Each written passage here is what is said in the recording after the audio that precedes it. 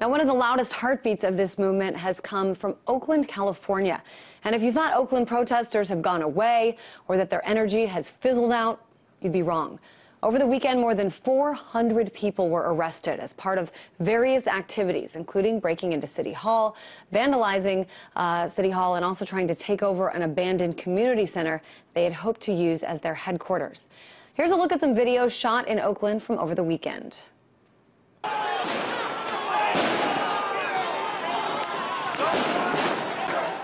Now, police say that mass arrest was the largest in the city's history.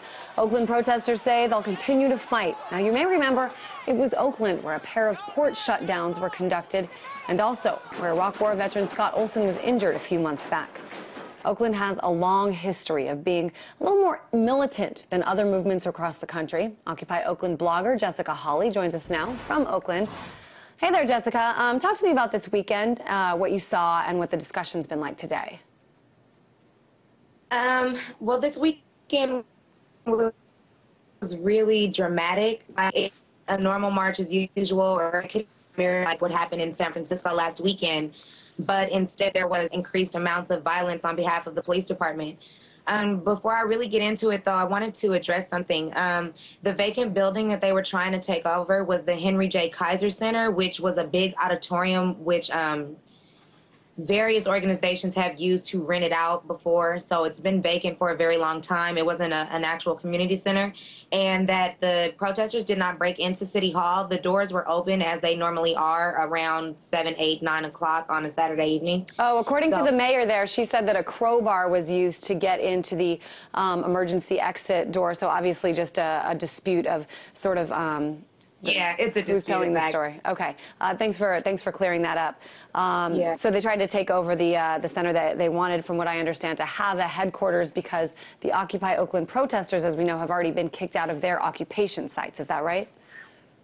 Well, I mean, they've stopped people from having very large umbrellas by creating a law to say structures, and they won't allow tents. But there is a 24-hour, 7-day-a-week presence at the original site. But then, yes, people were still trying to get some sort of building so that we can have like an inside for rainy days, for wet weather, especially for the individuals who don't have homes to go to, who Occupy is trying to help. Cool. From what I understand, Jessica, Occupy Oakland is a little bit different from a lot of the other movements because I know the General Assembly there actually voted to allow all types of tactics and forms of resistance, not just, as many other movements have voted on, nonviolent ones. From what you've observed, what's the reason behind this?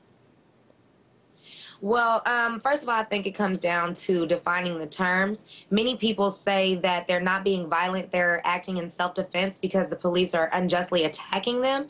And so that's where a lot of the endorsement of autonomous actions comes in, to where we say we include all tactics, because in any given situation, you may have to defend yourself from being unjustly arrested or beaten. And so that in turn would, I guess, amount to violence to some people, to where they had to make a statement to, I don't know, be in opposition to that. I want to get your take on some interesting numbers that came out by the group Reporters Without Borders. Now, every year they compile a list of countries from around the world and rank them in terms of how journalists are treated in those countries, or treated by authorities in those countries, rather. And Jessica, I'm putting these numbers up on the screen. This year, the United States actually moved down 27 points, largely due to the treatment of journalists covering the Occupy movements. The U.S. now number 47. I want to get your take. I mean, what do you make of this? It seems to me that is a significant drop. I think it's a significant drop, and if you ask my opinion after this weekend, it should be lower. While I was filming the police, I'm standing there with my pink Hello Kitty backpack as usual, full of battery packs and an iPad, and I'm streaming, and some officers run and pull a rifled shotgun looking, I don't know. They train it on a woman who's fallen trying to run from the police. And when I'm screaming to please not shoot her, they raise the gun at me, and I start screaming to please not shoot me. I have my press passes on, so the police see the entire time everybody who has cameras watching them. So when they decide to advance, it's not a surprise about the individuals who they are advancing on first, which is usually the journalists. So really, you've seen firsthand the treatment of police, not just the sort of violent treatment toward the protesters, but also toward members of the press and the media as well. Most definitely. There's actually some YouTube footage of another journalist who was complying with the Oakland Police Department on January 4th when they were telling him to step back. And no matter how far he stepped back or how fast he moved, he was still going to be arrested, and he was arrested. There's actually really good footage of it on YouTube. A whole lot has come out of this weekend, and I think it's really important. Even the mainstream networks, the large networks, are showing some of the footage from over the weekend. I wanted to ask you, I don't know if you know the answer to this, there was talk that a woman was batoned or hit hard in the kidney and that she may have been pregnant. I don't know if you've heard anything about this, if you know of her condition. I believe her name was Amanda Chappell. We've got photos right here of the woman on the stretcher, and there's been some talk, I know, in the last 24 hours that she was, in fact, pregnant. Have you heard anything?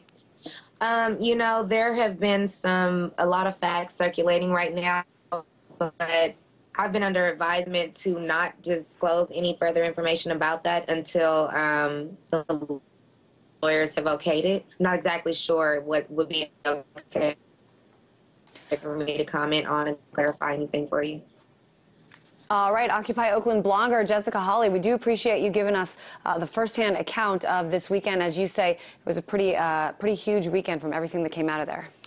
Okay, thank you.